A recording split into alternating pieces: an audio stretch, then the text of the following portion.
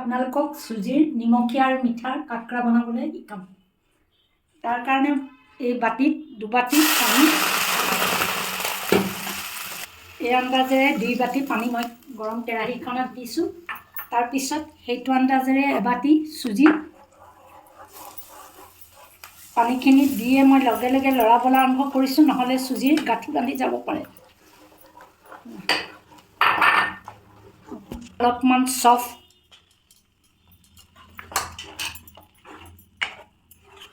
চেনি 3 চামুচ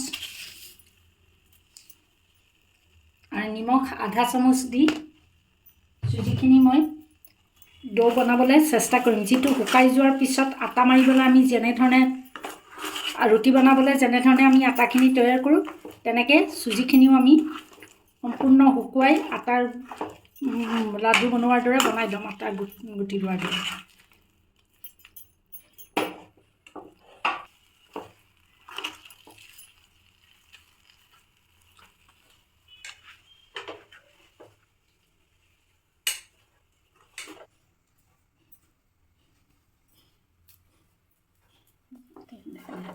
এইখিনি এতিয়া সম্পূৰ্ণ হৈ গৈছে।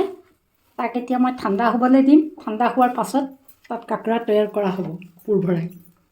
মিঠা কাকৰাটোৰ ভিতৰত ভৰাবৰ বাবে মই তিল আৰু গুড় এনেধৰণে সানি লৈছোঁ, আৰু নিমখীয়াটোৰ বাবে মিক্স ভেজিটেবল মই এনেকৈ ভাজি লৈছোঁ। যি দুটাৰ পুৰ মই কাকৰাৰ ভিতৰত ভৰাম। ডো বনাই লোৱা চুজিখিনি মই পিঠাৰ আকৃতিৰে হেৰি কৰি তাৰ ভিতৰত ফিলিংছ দিছোঁ তিল আৰু গুড়ৰ।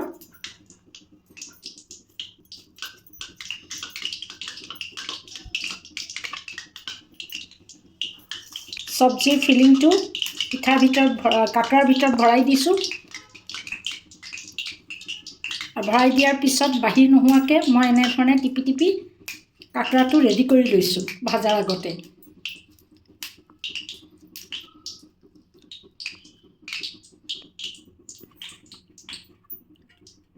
এয়া চাওক, আৰু এটা দেখাই দিছোঁ মই কেনেধৰণে তিল আৰু গুড়ৰ ফিলিংটো মই পিঠাৰ ভিতৰত ভৰাই কাকৰাৰ ভিতৰত ভৰাই তাক মুখটো সম্পূৰ্ণভাৱে বন্ধ কৰি দিছোঁ, যাতে সি ওলাই নাযায়।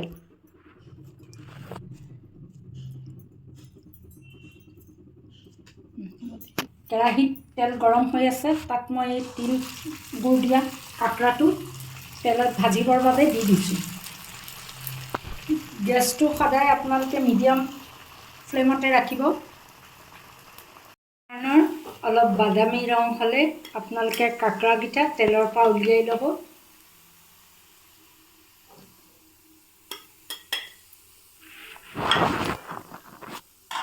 আৰু এইখিনি গৰম তেলতে অন্য ৰেডি কৰি ৰখা কাকৰাকেইটা দি দিব।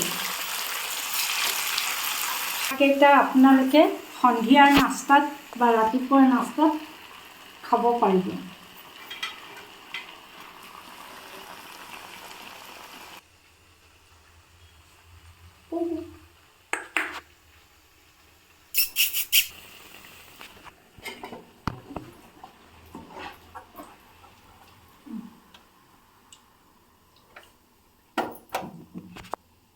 নিমখীয়া পুৰ ভৰোৱা কাকৰাটো এইটো, আৰু তিল দিয়া কাকৰাটো মিঠা কাকৰা এইটো।